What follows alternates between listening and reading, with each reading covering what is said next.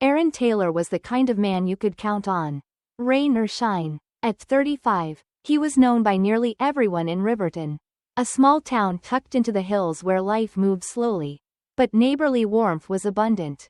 People relied on him for all sorts of things: fixing a fence, patching up a roof, or just lending a listening ear.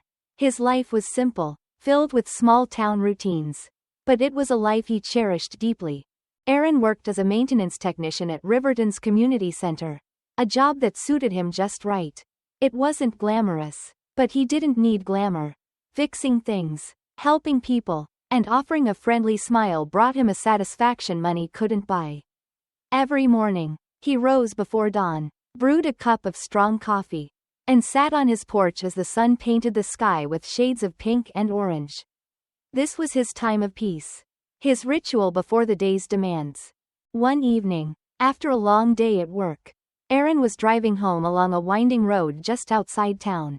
The sun was setting, casting a golden glow over the hills and trees, and Aaron found himself relaxing into the rhythm of the drive, savoring the solitude. But as he rounded a curve, he spotted a car pulled over on the side of the road, its hazard lights flashing in the dimming light.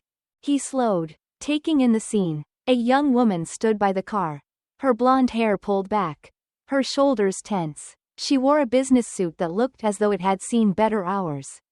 And her face, even in the fading light, showed traces of worry and exhaustion. Without hesitation, Aaron pulled over, stepping out of his truck and calling out in his warm, steady voice, "Evening, ma'am, need some help?" The woman looked up, relief flickering across her face.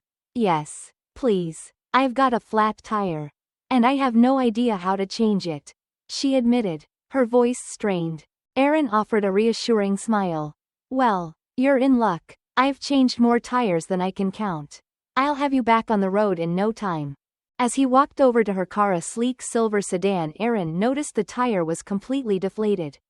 She must have been driving on it for a while, unaware of the damage. Rolling up his sleeves, he set the jack in place and got to work, handling the tools with the calm, practiced ease of someone who knew exactly what he was doing. The woman watched him in silence for a few moments, then took a deep breath, her voice softer. "Thank you for stopping. I didn't know what I was going to do out here." "No trouble at all," Aaron replied, glancing up with a reassuring nod. "The roads out here can be rough on tires, especially if you're not used to them." She managed a small smile. "I'm definitely not used to them. I'm new to the area."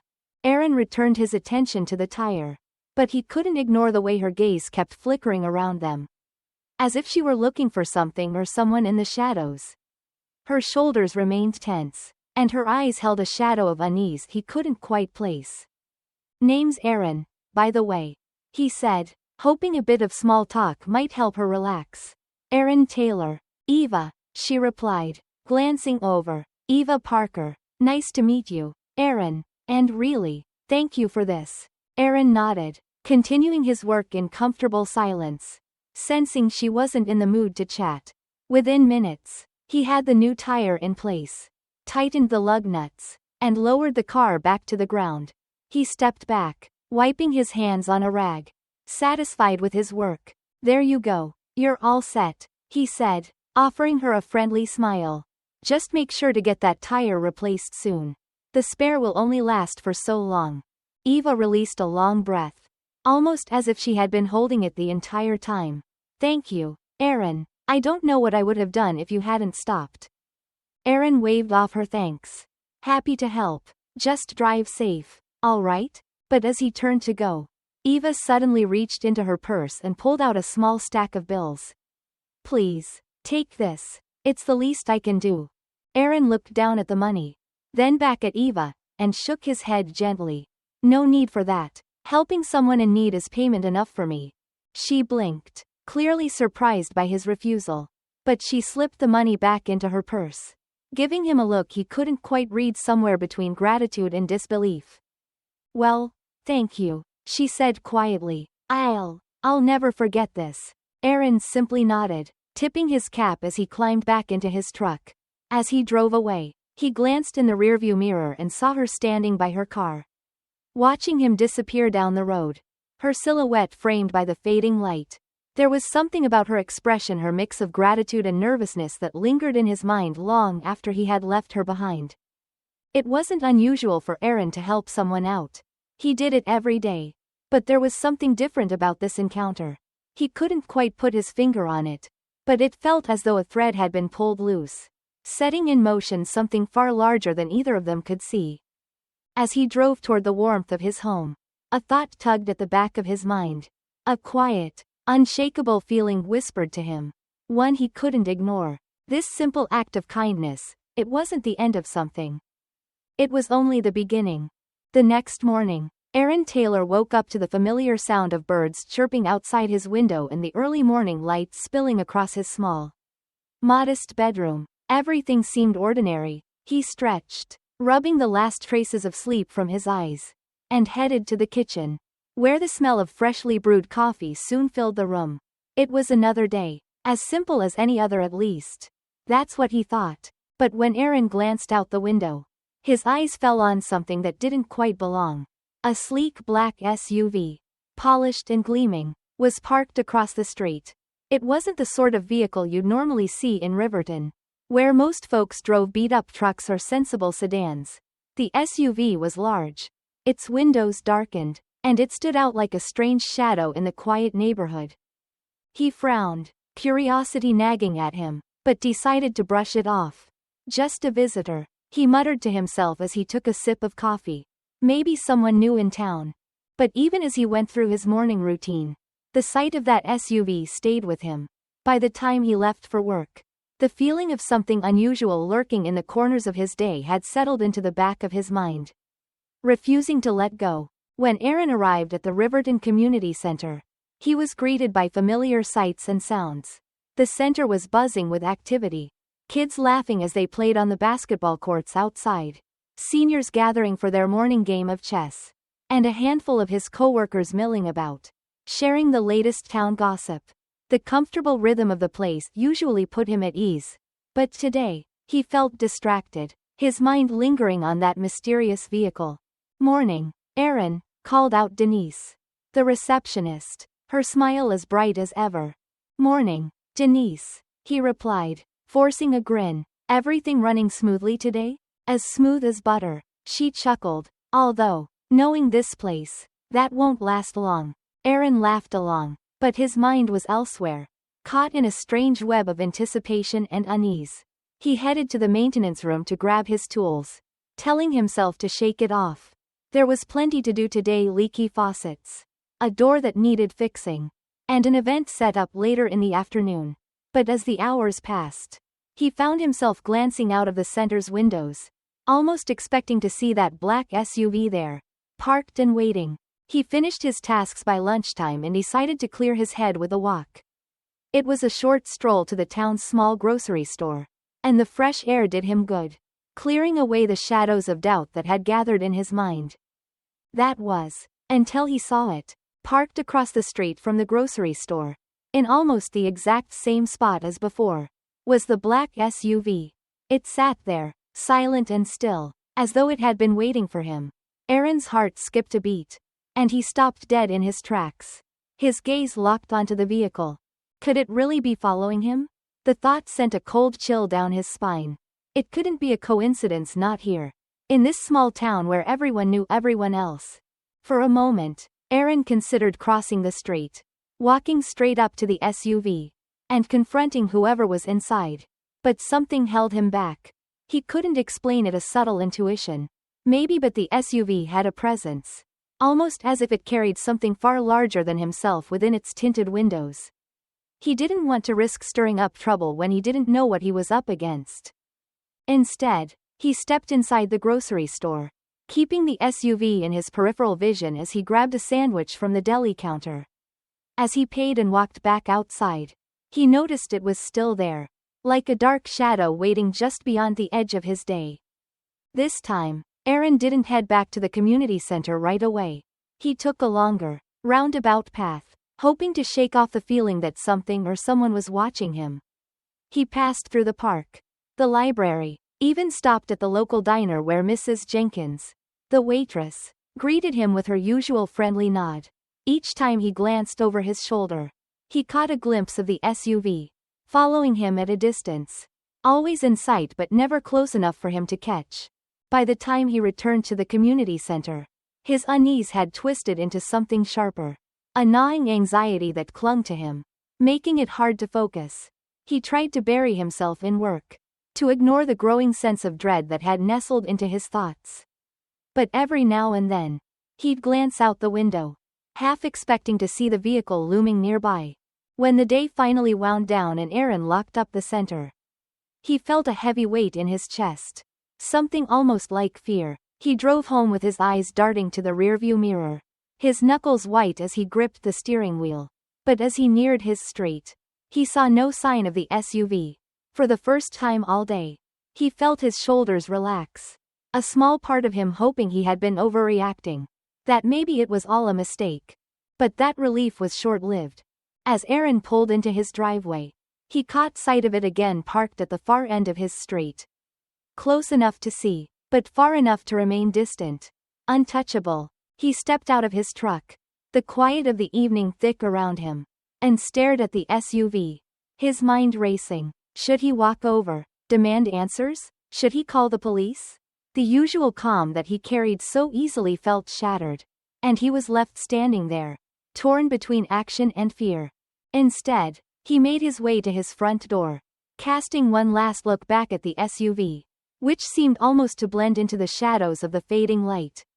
He could feel its silent presence as he turned the key in his door and stepped inside, locking it firmly behind him.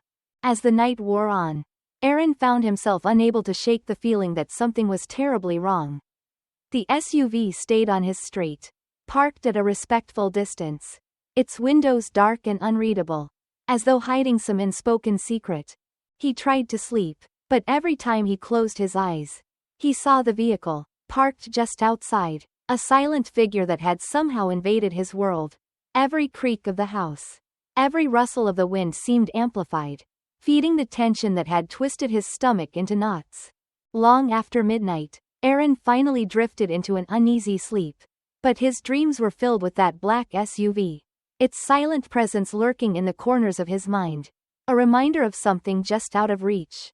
Something that seemed to whisper from the darkness, promising that his simple life was about to change in ways he could never have imagined. The next morning, he woke with a start, feeling unrested and groggy, but when he looked outside, he saw that the SUV was gone, as if it had never been there at all. Yet, deep down, Aaron knew it would be back. And whatever was waiting behind those tinted windows, it wasn't finished with him yet. Aaron was up before dawn, nursing a cup of coffee at his kitchen table, the tension from the previous night still knotting his shoulders.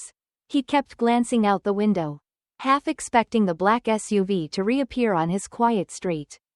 But the curb was empty, as if the events of yesterday had been a strange, unsettling dream. He took a deep breath, trying to shake off the sense of foreboding that clung to him. Whatever it was, he told himself, it was probably over, just a coincidence, or maybe a harmless visitor lost in Riverton. But even as he thought this, he couldn't entirely convince himself. The memory of those dark windows, that silent vehicle lurking in the shadows, refused to leave him. He finished his coffee, locked the door behind him, and headed to work. The morning was clear, the air crisp, and as he drove through the town, he let himself get lost in the familiar scenery.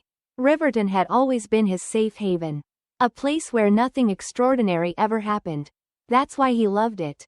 But when Aaron pulled into the community center's parking lot, he stopped short. The black SUV was there, parked right outside the front doors.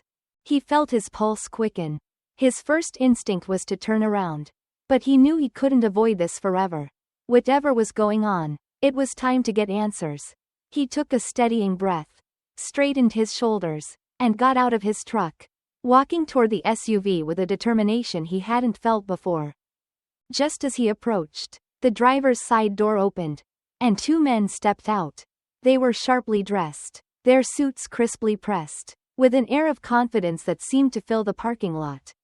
One of them, older with graying hair and piercing eyes, gave Aaron a courteous nod, his expression calm and controlled. The younger man beside him was silent. His gaze unreadable. "Good morning, Mr. Taylor," the older man said, extending a hand. "My name is James Bradford, and this is my associate, Thomas Langley. We're here on behalf of the Montgomery family." The name hit Aaron like a jolt of electricity. The Montgomery family was practically a legend in Riverton, a wealthy and powerful clan with connections that spanned the country. They were the kind of people who rarely, if ever, ventured into his quiet corner of the world. Aaron felt a flicker of unease. He hadn't imagined his small act of kindness the other night would lead to this. "What can I do for you?" he asked. His voice steady, though his mind was racing. Bradford smiled, but it didn't quite reach his eyes. "I believe you recently helped a woman with a flat tire. A Ms. Eva Montgomery." Aaron nodded slowly. "I didn't realize she was a Montgomery." "Well, she is," Bradford continued smoothly. "And it seems you did more than just fix her tire. You helped her during a vulnerable moment. Mr. Taylor, without expecting anything in return. The Montgomery family values that kind of character. Which brings us to why we're here today."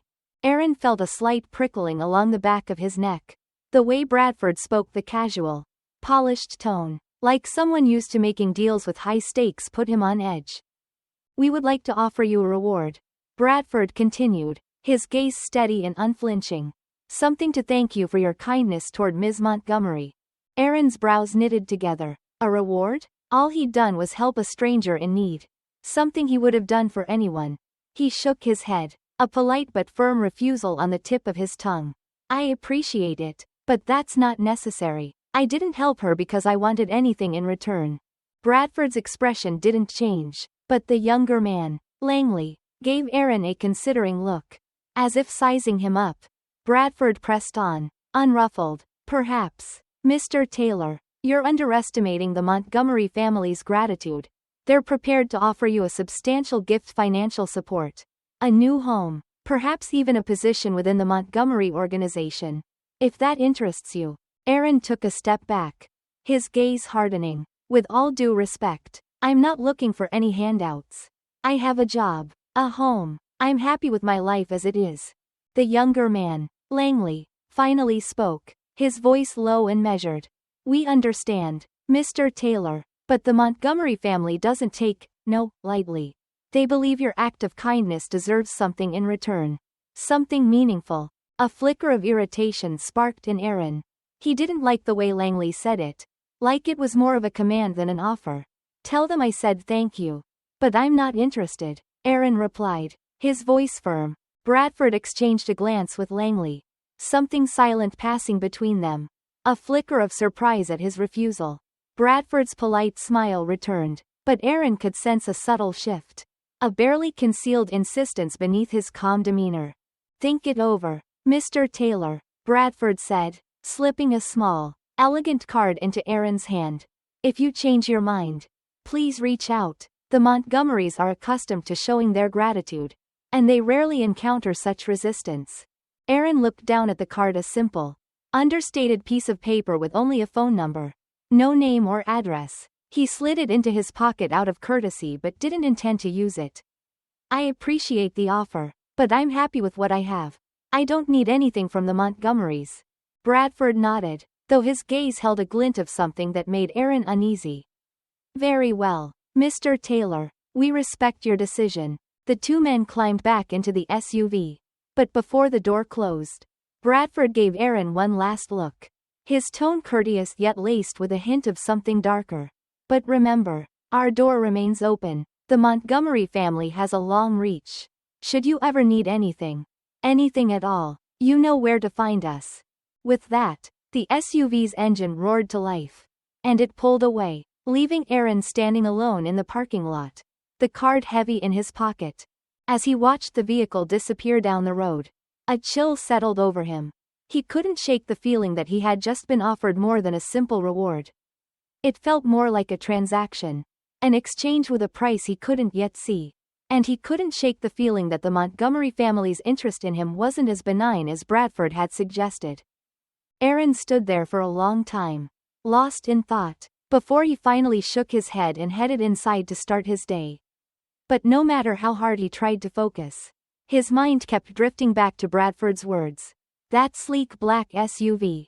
And the cold, detached look in Langley's eyes. For the first time in his life, Aaron felt a small, gnawing worry that he was in over his head. Aaron didn't sleep well that night. He tossed and turned, Bradford's smooth voice and Langley's calculating gaze haunting his thoughts. The card with the Montgomery family's phone number sat on his bedside table, as if daring him to pick it up. The more he thought about their offer, the more it unsettled him. What did they really want from him? And what price would he have to pay for their gratitude? By morning, he knew he couldn't sort this out alone. He needed the wisdom of those he trusted most. That evening, Aaron invited his closest friends and family over to his modest home. They gathered around his small living room, filling the worn chairs and sofa with concerned faces and quiet curiosity. Aaron's childhood friend Derek, a firefighter with a no-nonsense attitude, settled on the edge of the sofa, his arms crossed. Aaron's sister Nora sat beside him, her gaze sharp and assessing, always quick to protect her brother. And their Aunt Clara, a woman of few words but abundant wisdom, watched Aaron with a look that told him she already sensed the weight of his dilemma. They exchanged glances, waiting for Aaron to speak. He took a deep breath, letting the familiar warmth of their presence ease the tension he'd been holding. So, something strange happened a few days ago. Aaron began, recounting the events from the night he helped Eva on the roadside to the unsettling visit from Bradford and Langley. He watched their expressions shift from curiosity to confusion to worry as he explained the Montgomery family's offer. When he finished, a heavy silence hung in the room. Derek was the first to break it. "Let me get this straight," he said, leaning forward. His eyes narrowed. "These people show up out of nowhere, tell you the woman you helped is some billionaire's daughter, and offer you a reward for being decent? That doesn't sit right with me. Man, they want something from you." Aaron nodded, a knot tightening in his chest. "That's what I thought too. It felt more like a business deal than a thank you." Nora's lips pressed into a thin line. "And they didn't tell you exactly what they want from you?" "No," Aaron replied. "They just kept saying it was a way of showing gratitude. But I know there's more to it. People like that, they don't give something for nothing." Aunt Clara finally spoke, her voice soft but steady. "You've always been a good man, Aaron, and that's why they came to you. But good men can be drawn into dangerous places if they're not careful." She looked at him, her eyes full of quiet understanding. "The question isn't whether they're offering you something tempting. The question is, can you stay true to who you are if you take it?" Aaron met her gaze, the weight of her words sinking deep. "That's what I'm worried about. Aunt Clara, they said they could change my life, make it easier, but I don't want to owe anyone for doing the right thing." Nora shook her head, her voice rising with frustration. "You don't need their money or whatever else they're offering. You've built a good life here on your own. Aaron, taking their help could mean giving up your independence." Derek leaned back, thoughtful, and let out a long breath. "But think about what you could do with their resources. They might be shady, sure, but if you could help more people, I don't know, Aaron, that's worth considering." The room fell silent again as Aaron wrestled with the conflicting advice. Each perspective tugged at him, stirring doubts he'd tried to keep buried. He appreciated Derek's logic. The Montgomerys' offer did come with potential. But at what cost? Finally, Aaron sighed, looking down at his hands. "I just don't know. Part of me wants to believe I could use their help to do something good. But I don't want to lose myself in the process. I don't want to end up doing their bidding." Aunt Clara reached over, placing a gentle hand on his arm. "Remember, Aaron," she said softly, "the things that matter most aren't bought with money or influence. They're built with integrity. If you stay true to that, you'll find the right path." Aaron felt a calm settle over him, her words like an anchor grounding him amid the uncertainty. He had always lived by his values, believing in the simple power of kindness, honesty, and hard work. The Montgomerys' offer was tempting. Yes, but it felt like a shortcut, a glittering lure that could pull him into something beyond his control. As the evening wound down and his family and friends prepared to leave, Aaron felt both comforted and burdened by their advice. Nora gave him a tight hug, whispering, "You'll make the right choice. I know you will." Derek clapped him on the shoulder. his expression full of brotherly support. And Aunt Clara's parting words echoed in his mind as he walked them to the door. He stood in the quiet of his living room for a long time after they left. His thoughts a tangled web of doubts and questions. He glanced at the card Bradford had given him, still sitting on the coffee table, its simple design suddenly feeling heavy with unspoken implications. Aaron knew he needed more time to think, to truly understand what he wanted. But even as he tried to push it aside, a part of him knew that he might not get to ignore this for long. And he was right. Just as he moved to turn off the lights, a knock echoed from his front door. Aaron's heart skipped a beat. He hadn't been expecting anyone, and after everything that had happened, he couldn't help but feel a sense of dread. He opened the door cautiously, only to find Eva standing on his doorstep, her face a mix of exhaustion and urgency. She looked different than she had that night on the roadside, more put together, but the fear lingering in her eyes was unmistakable. "Eva?" he asked, taken aback. "What are you doing here?" "I'm sorry to just show up like this," she said, her voice tight, "but I need to talk to you. Aaron, I think you deserve to know what's really going on." Aaron's pulse quickened, his hand still on the door as he stared at her. He knew there was more to her story than she'd let on before. But he hadn't expected her to come to him directly. Her presence was an unsettling reminder that this situation was far more complex than he'd thought. "Come in," he said, stepping aside to let her enter. Eva looked around the room, her gaze lingering on the empty chairs where his family and friends had just been. She took a deep breath, as if gathering her courage, before turning back to face him. "Aaron," she began, her voice low, "that night you helped me. I wasn't just dealing with a flat tire. I was running from my family, from people who have been trying to use me to get to my father." Aaron's blood ran cold as he listened, the weight of her words pressing down on him. This wasn't just about a simple act of kindness anymore. It was about power, influence, and the shadowy consequences that came with it. "They'll stop at nothing to protect me," she continued, her voice shaking slightly. "But if you accept their offer, if you get too involved, they won't let you go. Not without a cost." Aaron stared at her, the pieces of the puzzle finally clicking into place. He had been right to be wary. The Montgomerys' gratitude wasn't about rewarding him, it was about pulling him into their world. A world where favors were never truly free. "What should I do?" he asked, barely able to keep the tremor out of his voice. Eva met his gaze, her eyes filled with a deep sincerity. "I can't tell you what to do, Aaron, but whatever you decide, make sure you're doing it for yourself, not for them. Don't let them control your life." Her words struck a chord in him, resonating with the same message his family had given him. He didn't have to accept the Montgomerys' offer. He didn't have to let their world swallow his. As Eva rose to leave, she turned back, her voice soft but steady. "Thank you, Aaron. What you did for me that night, it was more than just fixing a tire. You saved me from something far darker. I'll always be grateful." And with that, she was gone, disappearing into the night as quietly as she had come. Aaron closed the door, his heart pounding as he looked around his quiet home. He knew that he was standing on the edge of something far larger than himself. A choice that would change the course of his life. And whatever he decided, it would require every ounce of the strength, kindness, and integrity that had always guided him. Aaron sat alone in the silence of his living room long after Eva had left, her words echoing in his mind. He felt as if he were standing at the edge of a cliff, looking down at two very different paths that led to two very different lives. On one side lay his simple, predictable life, a life he understood and valued.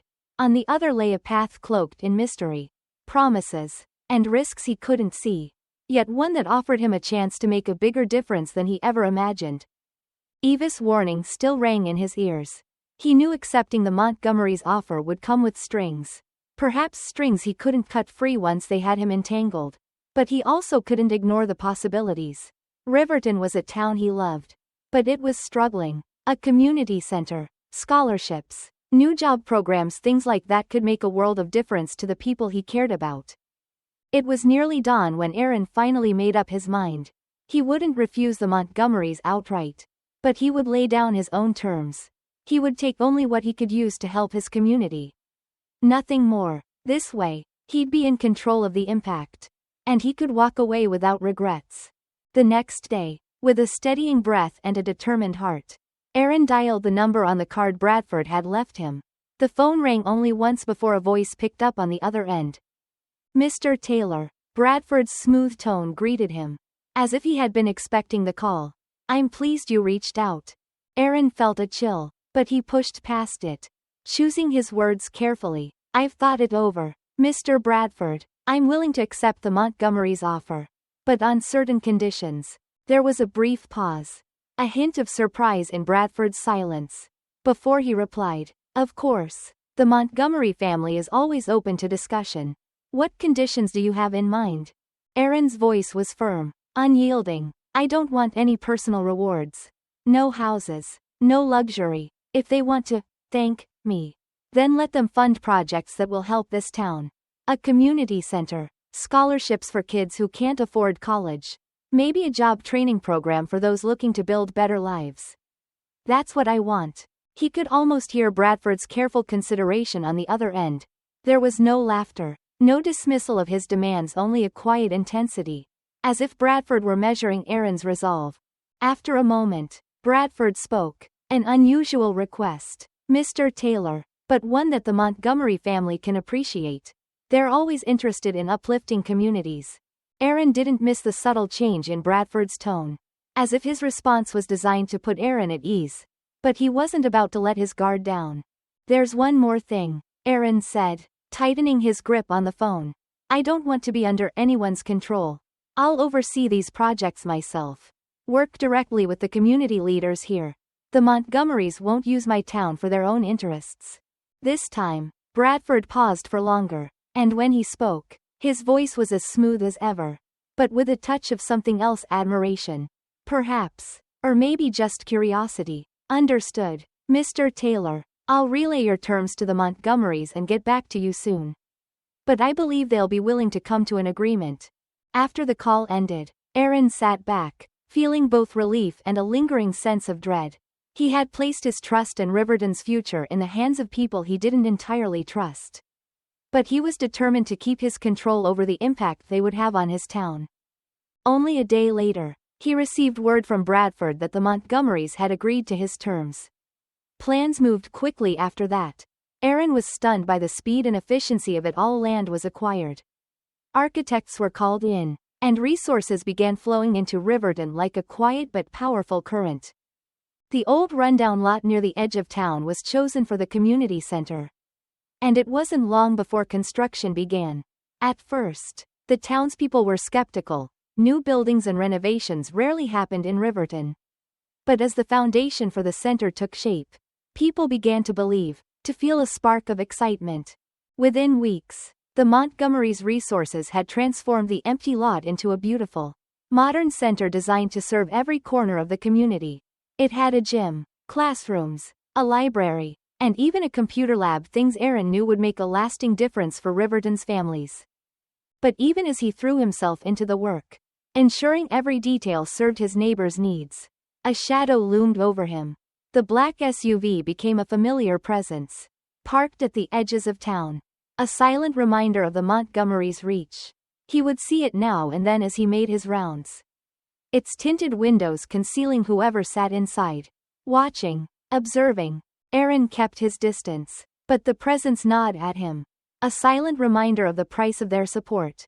He knew that while he may have won this round, the Montgomerys would likely have expectations of him. Expectations he might one day have to confront. The day the community center officially opened was filled with an energy Riverton hadn't seen in years. Families gathered to tour the center. Children ran laughing through the new gym. And teenagers signed up for job training and classes. People Aaron hadn't seen in years showed up, shaking his hand and patting his back with words of gratitude. Amid the crowd, Aaron spotted Eva, standing off to the side with a soft smile on her face. He made his way over to her, grateful to see a familiar face. I didn't expect to see you here, Aaron said, his voice barely audible over the cheerful noise. Eva looked around the bustling center, a hint of pride in her eyes. I had to see it for myself. You've done something amazing, Aaron. You used my family's influence for good, and somehow, you've kept control of it. Not many people would be able to do that. Aaron nodded, taking in the bustling activity. The faces filled with hope and possibility. It's not about control, he said, almost to himself. It's about staying true to the people I care about. Eva looked at him, her expression thoughtful. Just remember, Aaron, my family doesn't always let go so easily. You've won them over for now. But there may come a time when they want more from you than you're willing to give. Aaron's jaw tightened. If that time comes, I'll deal with it, but I won't let them turn this place into something it was never meant to be. For a moment, they stood in silence, watching the laughter and activity unfold around them. Eva's face softened, and she reached out, placing a hand on his arm. Thank you, Aaron, not just for helping me that night, but for finding a way to turn all of this into something meaningful. Aaron met her gaze, seeing in her eyes a reflection of his own commitment. Thank you, Eva, for the warning and for standing by me. As the day wore on and the crowd began to thin, Aaron finally felt a sense of peace. The community center was real, a tangible symbol of the power of one small act of kindness that had sparked a ripple he could never have foreseen. He knew he had taken a risk, but seeing his neighbors smile, feeling the strength of the community's support, he knew it was worth it. But as he locked the center's doors that evening, he glanced across the street and saw the black SUV parked silently. As if waiting, a chill ran through him. But he squared his shoulders and walked past it without a second glance. He had made his choice, and he was ready to stand by it, no matter the cost. For now, the community center belonged to Riverton, a place of hope and opportunity. Aaron would make sure it stayed that way. But deep down, he knew this was only the beginning. The Montgomerys had agreed to his terms, but he sensed that they would be back, and that when they did, he'd have to fight harder than ever to protect what he'd built. As he drove home in the quiet dark, the weight of his decisions settled around him like a familiar coat. Whatever the future held, he was ready. After all, he'd faced the Montgomerys once and won. He would do it again if he had to. For his community, for the promise he had made to himself, and for the life he refused to let anyone take from him. A month had passed since the grand opening of Riverton's new community center. Aaron felt a deep satisfaction each time he walked through the doors, seeing young and old alike filling the space with energy and life. The classrooms bustled with kids attending after-school programs. Job seekers sharpened their skills in training sessions, and families gathered in the center's communal areas. He had turned the Montgomerys' resources into something real, something good, something that couldn't be taken away from the people of Riverton. But the black SUV was still there. It appeared outside his house, near the community center, or sometimes idling in the shadows of Riverton's quiet streets. Whoever was inside made no effort to hide their presence. Instead, it felt like a quiet reminder, one that never let him forget who had given him this new power. One evening, after a particularly long day, Aaron locked up the community center and stepped outside to find the SUV waiting at the curb. This time, he didn't walk away. His patience had worn thin, and he was tired of the silent game they were playing.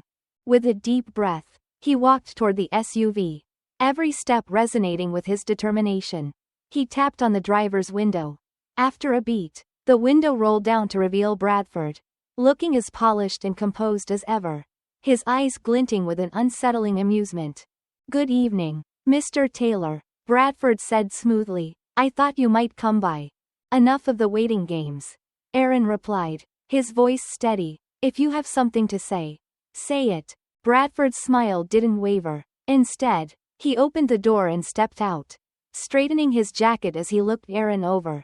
"Very well, Mr. Taylor, I'll be direct. The Montgomerys are pleased with the success of the Riverton Community Center, but they feel there's room for growth." Aaron's jaw clenched. "Growth? We're serving this town just fine." "Indeed," Bradford replied, his tone unruffled. "But the Montgomerys envision more a network of community centers across the state. Places that could benefit from your unique vision. Your principles." His gaze held a flicker of challenge. "They want you to lead it." Aaron took a step back, caught off guard. "A network? I don't want to be part of some empire. I only agreed to help my town. An understandable sentiment, Bradford said with a slight nod. But you have to consider what's at stake. Think of the lives you could impact. The communities you could uplift. Don't you want to make a difference, Mr. Taylor? Aaron felt a surge of anger mixed with doubt. This wasn't what he'd signed up for. His vision had always been clear: serve his community, help his neighbors, and protect Riverton from the influence of people who saw the world as a series of acquisitions. I'm not interested in building a network, he said firmly. The answer is no. Bradford's smile faded, and his expression grew colder, his voice taking on a hard edge. Mr. Taylor, I'm afraid you misunderstand. This isn't a request. The Montgomerys have invested in you and your community, and they expect their generosity to have a broader reach. The veiled threat hit Aaron like a punch, but he refused to show any reaction. Generosity isn't generosity if it comes with strings attached.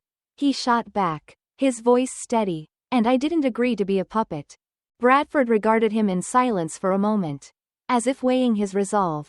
Then he reached into his pocket, pulling out a sleek folder with the Montgomery family crest embossed in silver on the cover. He handed it to Aaron, who hesitated before taking it, his gaze wary. Take this, Bradford said, his tone chillingly polite. Inside, you'll find our proposal for the expansion, including your role. I suggest you read it carefully before making any decisions. After all, Riverton's new community center might very well depend on your cooperation. Aaron's eyes narrowed. Is that a threat? A reminder, Bradford replied smoothly. The Montgomerys are powerful, Mr. Taylor, and while they respect your integrity, they expect loyalty from those they support. Consider it carefully. Without waiting for a response, Bradford climbed back into the SUV and pulled away, leaving Aaron standing on the curb, the folder heavy in his hands. As he walked home that night, a sense of dread settled over him. He'd known there would be a price, but he hadn't realized it would come so quickly or with such an ironclad grip. Opening the folder, he flipped through pages outlining a grand vision for a statewide network of centers, each under the Montgomerys' influence, with Aaron as the face of the project. The proposal was cleverly designed, dressed up in promises of community service, growth, and empowerment. But Aaron saw it for what it was: a power play disguised as philanthropy. The Montgomerys wanted to control him, to use his reputation and goodwill to expand their reach, to paint themselves as benevolent benefactors while subtly tightening their grip. Aaron barely slept that night, wrestling with a decision that felt impossible. He couldn't let the Montgomerys control Riverton, but he knew he was only one man against a family with unimaginable resources and influence. By morning, he was tired, worn, and resolved. The next day, he returned to the community center and found Eva waiting in the lobby, her expression a mix of concern and determination. She must have seen the weariness in his face because she walked over to him, her voice low. They approached you, didn't they? She asked. Aaron nodded, grateful for her understanding. They want me to expand the center, to run a network under their name. Eva's gaze hardened. It's the Montgomery way. They reel you in with generosity, then sink their hooks in. You'll never be free of them if you agree. He sighed, looking around the community center, taking in the faces of the people he'd grown to care about so deeply. But if I refuse, I don't know what they'll do to this place. Bradford made it sound like they could pull their funding, undo everything we've built. Eva placed a hand on his shoulder, her voice fierce with conviction. Then let's find a way to protect it. There has to be a way out, some way to make sure Riverton stays under your control. They spent hours that evening in his small office, poring over the proposal, dissecting the legal language, looking for loopholes, anything that could give Aaron leverage.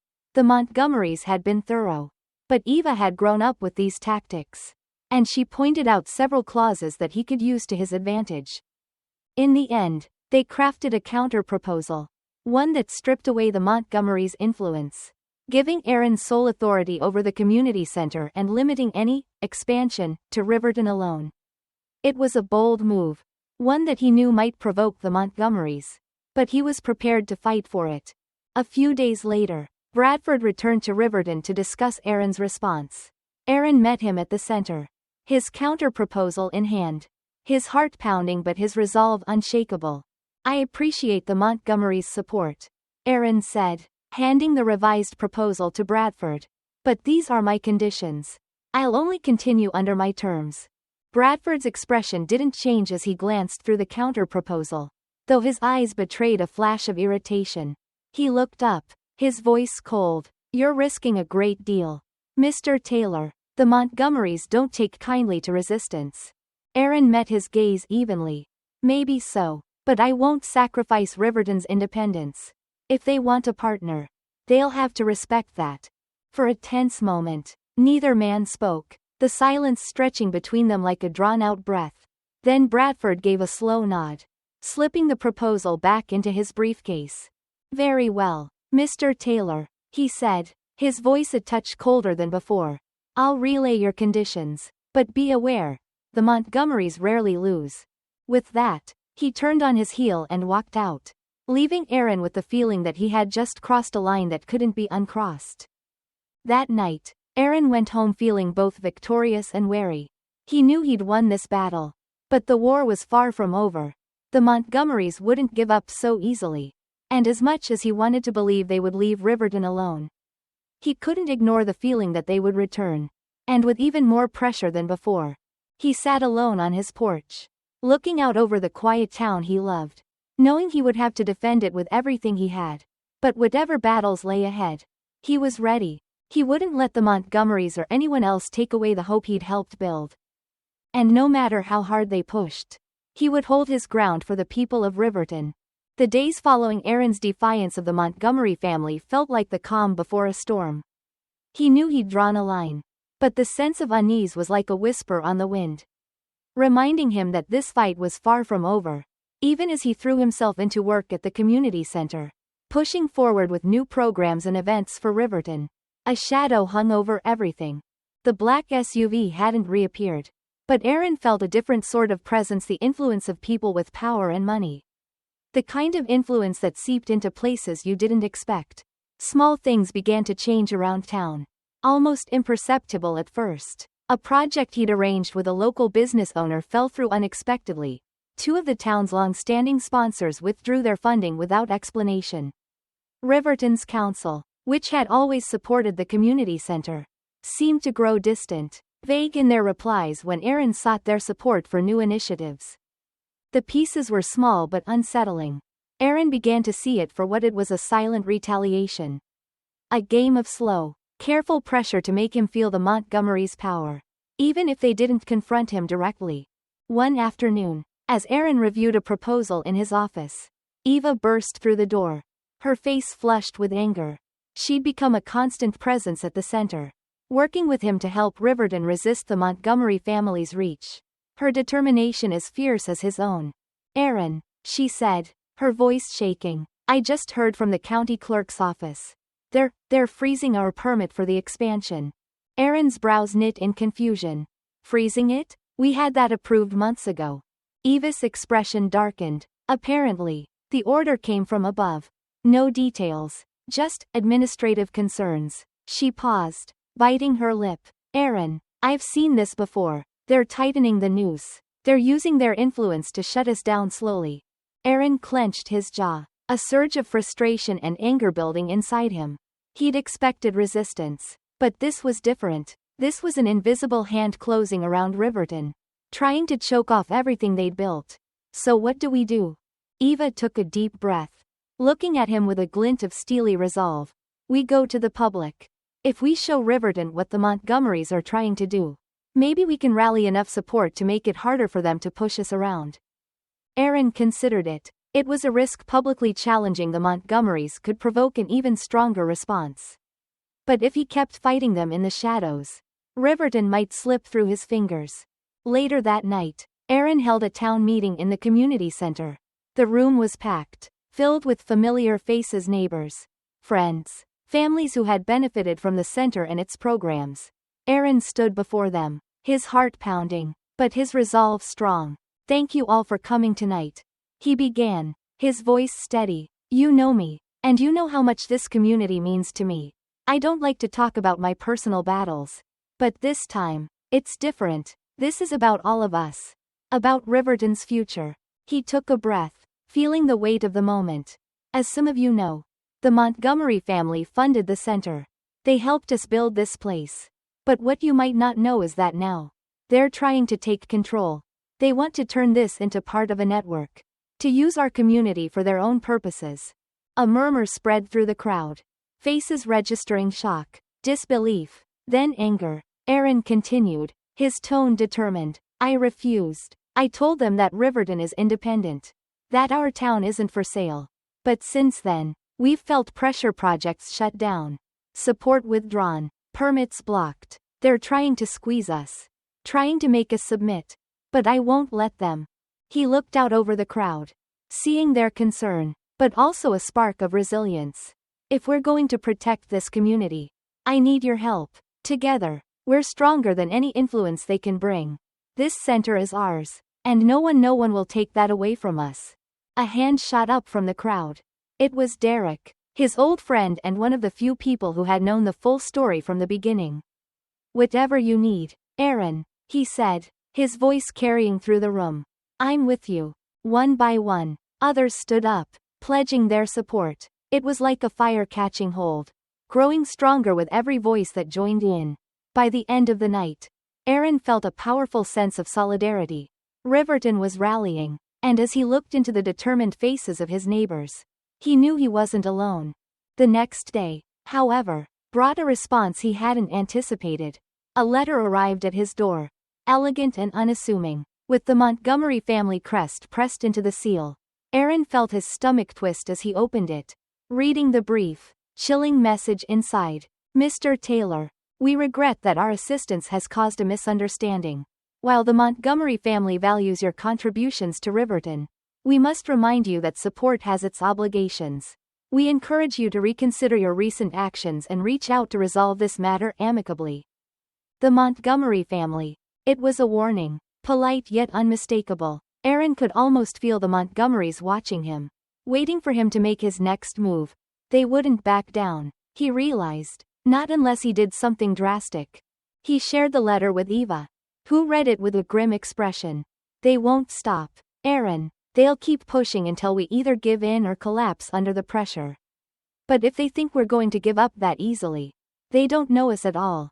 They spent the following weeks organizing Riverton's support, strengthening partnerships with local businesses, and drumming up awareness of the Montgomerys' tactics. Every day was a new challenge. But Aaron could see the people of Riverton rallying, their resolve strengthening. The Montgomerys' shadow loomed over them. But Riverton was fighting back. One night, just as Aaron was locking up the center, he heard footsteps behind him. Turning, he found himself face to face with a tall, well-dressed man he didn't recognize. Mr. Taylor, the man greeted him, extending a hand with a polite smile. I'm here on behalf of the Montgomery family. My name is William Montgomery. Aaron felt a chill as he took the man's hand, the polite grip holding a quiet strength. So this was it. The Montgomery family had come personally to see that their will was enforced. William's smile was charming but held a glint of steel. I must say, you've put up quite a fight, he said. But the Montgomery family doesn't appreciate disruption. We believe in collaboration, Mr. Taylor. Cooperation. There's still time to reconsider your position. Aaron's jaw tightened, his voice firm. With all due respect, Mr. Montgomery, Riverton doesn't need your control. We're doing just fine on our own. William's expression hardened, his eyes narrowing. I think you misunderstand, Mr. Taylor. The Montgomerys are more than generous. But our patience has limits. You have a choice: either accept our terms and let us help Riverton grow beyond its current limits, or we will withdraw our support entirely. Aaron held his ground, unyielding. Then withdraw it. We don't need your help if it comes with a price that we can't afford. For a long moment, William regarded him in silence, his expression unreadable. Then he nodded, his tone turning cold. Very well, Mr. Taylor. But remember, when Riverton struggles, and when you find yourself without allies, you'll know where to find us. With that, he turned and walked away, his footsteps echoing through the empty street. A final warning that left Aaron standing in the quiet, feeling the weight of the decision he'd just made. The Montgomerys might have money and power, but Aaron had something stronger, the loyalty and unity of his community. And if the Montgomerys wanted to test that strength, he was ready. As he stood outside the community center, watching the town lights glow against the night sky, he knew this was only the beginning. Riverton's future was uncertain, and the challenges ahead loomed large. But he had chosen his path, and he would walk it without fear. No matter what, he would stand his ground for Riverton. And whatever the Montgomerys planned next, he was ready to meet it head on. Aaron woke the next morning to find the fallout from his decision already setting in. Word had spread through Riverton that the Montgomerys were withdrawing their support. People had begun to talk. Some worried, others confused, and a few uncertain if Riverton could survive without the Montgomerys' influence. But Aaron was resolute. He wouldn't let the Montgomerys dictate Riverton's future, no matter how much they tried to undermine him. The first signs of their retribution became clear by midday. Contracts and donations that the community center had relied on for stability suddenly fell through. 2 local businesses pulled their support, and a key supplier informed Aaron that they would no longer provide goods for the center's events. It was a calculated move, hitting where it hurt, designed to weaken Riverton's resolve. Yet Aaron wasn't about to let that happen. He had prepared for this moment and rallied the town for a reason. Without a second thought, he called an emergency meeting, gathering his friends, volunteers, and the community members who had supported him from the start. They met in the center's main hall, which buzzed with nervous energy as people crowded together, their faces filled with both apprehension and hope. Aaron took the stage, scanning the room, feeling the weight of their trust on his shoulders.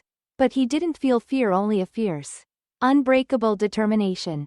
"Thank you all for coming," he began, his voice steady and clear. "As most of you have heard, the Montgomery family has pulled their funding. They want us to believe that without them, Riverton can't thrive. They think they can scare us into submission, that we'll fall apart without their support." He paused, letting his words sink in. The crowd was silent, their eyes fixed on him, waiting for what came next. "But we know better. This community isn't defined by the Montgomerys' wealth or power.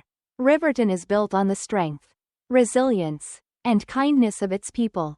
Every single one of you is what makes this place special, not them. And that's why I'm asking all of us to come together like never before." A murmur of agreement rippled through the crowd. Quiet but building. Aaron continued, his voice growing stronger. "We may have lost their funding, but we haven't lost each other. We'll find new ways to keep this center running, even if it means each of us has to give a little more, work a little harder, and stand together as one.